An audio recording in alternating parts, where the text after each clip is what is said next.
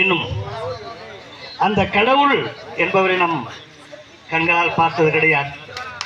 இந்த மண்ணுலகில் ஒரு மனிதனாக வாழ்ந்து இந்த தமிழ் மண்ணை காட்டும் வகையிலே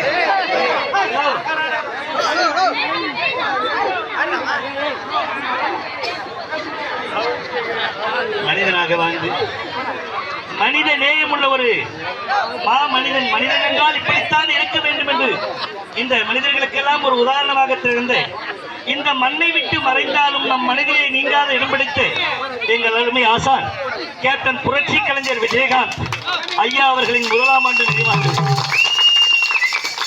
ஏனென்றால் கடவுளை நாம் பார்த்தது கிடையாது. இந்த மண்ணில் வாழும்போது மாமனிதனாக வாழ்ந்து இப்படித்தான் வாழ்ந்து இறந்த பிறகு இப்போது 1ஆம் ஆண்டு குரு பூஜை அப்படின்னு எத்தனையோ ஸ்டேட்டஸ்லாம் பார்க்குறோம், ஃபேஸ்புக்கெல்லாம் பார்க்குறோம். இன்னைக்கு மனிதனாக வாழ்ந்து மனிதனாக பிறந்து மனிதனாக வந்து மண்ணை விட்டு மறைந்த பிறகு ஒரு இறைவனாக காட்சி அளிக்கும் என் அருமை ஆசான் புரட்சி கலைஞர் விஜயகாந்த். இவர் இறந்த போது ஒரு பாட்டு நான் மெட்டு கட்டி பாடினது, வானத்தை போல மன்னன். ரொம்ப ரீச் ஆச்சு அந்த அளவுக்கு. இப்போ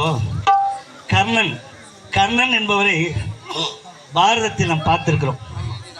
ஒரு கர்ணன் இருந்தா அப்படின்ற ஒரு கேள்வி முன்னோர்கள் சொல்வார்கள். கர்ணன் என்பவன் வாழ்ந்தான் பாரதத்தில், துரியனுக்கு நண்பனாக வாழ்ந்தான் அப்படின்னு ஒரு வரலாற்றை தான் படிச்சிருக்கிறோம். இந்த கலியுக கர்ணனாக வாழ்ந்து யாராவது ஒரே ஒரு நடிகர், நம்ம எத்தனையோ ஃபேஸ்புக்கில் யூடியூப்ல தள்ளி பார்க்குறோம், இன்னைக்கு இவர் இருக்கும்போது கூட சரி, யாருமே இவரை பற்றி ஒரு தவறான வார்த்தைகள் யாருமே பேசுனது கிடையாது. இவரான போல இவ்வளோ பேர் சாப்பிட்டு அப்படி இந்த கலியுக கர்ணனாக வாழ்ந்து மண்ணை விட்டு மறைந்தாலும் நம்முடைய மனதிலே நீங்காத இடம் பிடித்த என் அருமை அண்ணன் புரட்சி கலைஞர் விஜயகாந்த்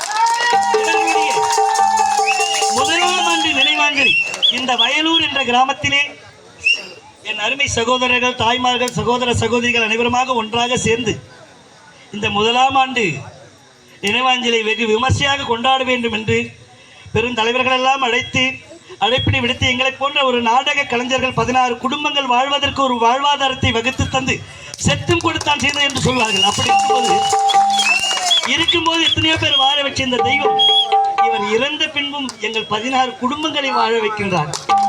அப்படி இந்த 1ஆம் ஆண்டு நினைவாஞ்சலி எங்களுக்கு எங்கள் வதியூர் ஸ்ரீ ஜெயம் நாடக மன்றத்துக்கு அழைப்பினை விடுத்து எங்கள் 16 இதில் வரும் ஊதியத்தை வைத்து எங்கள் 16 குடும்பங்கள் பிழைப்பதற்கு வாழ்வதற்கு ஒரு வாழ்வாதாரத்தை வகுத்து தந்து அருமையா. எனக்கு டைம் இருந்தது நான் வேற மாதிரிலாம் நான் ப்ரோக்ராம்ல வேற மாதிரி போட்டுருந்தேன்.